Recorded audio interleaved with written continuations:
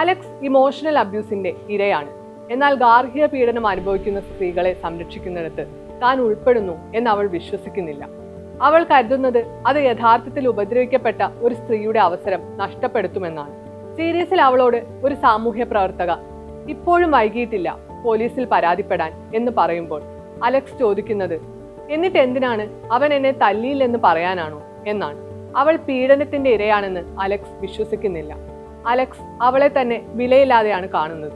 ആരുടെയെങ്കിലും സഹായത്തിന് അർഹയാണെന്നോ സ്നേഹത്തിന് അർഹയാണെന്നോ അവൾ വിശ്വസിക്കുന്നില്ല. 3 വയസ്സുള്ള മകളുമായി അന്ന് രാത്രി ഷോണിനടുത്ത് നിന്ന് രക്ഷപ്പെട്ടു പോകുമ്പോൾ അവൾക്ക് വീട് നഷ്ടപ്പെടുകയും കൂടിയാണ് ചെയ്യുന്നത്.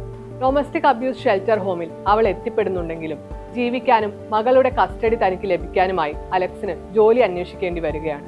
അങ്ങനെയാണ് അവൾ വാല്യൂ മെയ്ഡ് എന്ന പ്രോഗ്രാമിനെ കുറിച്ച് അറിയുന്നതും മെയ്ഡായി ജോലിക്ക് പോകാൻ ആരംഭിക്കുന്നത്.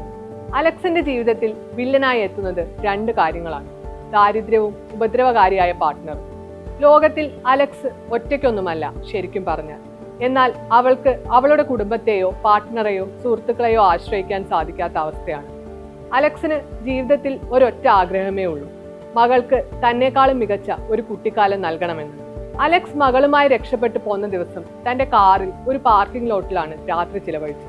അവിടെ വെച്ച് ഒരു പോലീസുകാരനാണ് അലക്സിനെയും മകളെയും സാമൂഹ്യ പ്രവർത്തകരുടെ അടുത്തേക്ക് എത്തിക്കുന്നത്. അവിടെ വെച്ച് തന്റെ കുടുംബത്തോടൊപ്പം താമസിക്കുക എന്നത് സാധ്യമായ കാര്യമല്ലെന്ന് അലക്സ് സാമൂഹ്യ പ്രവർത്തകയോട് പറയുന്നുണ്ട്. അവളുടെ അമ്മ പൗളയ്ക്ക് ബൈപ്പോളറാണ്. അത് മാത്രമല്ല, അവർ ഒരു വാനിലാണ് ജീവിക്കുന്നത്.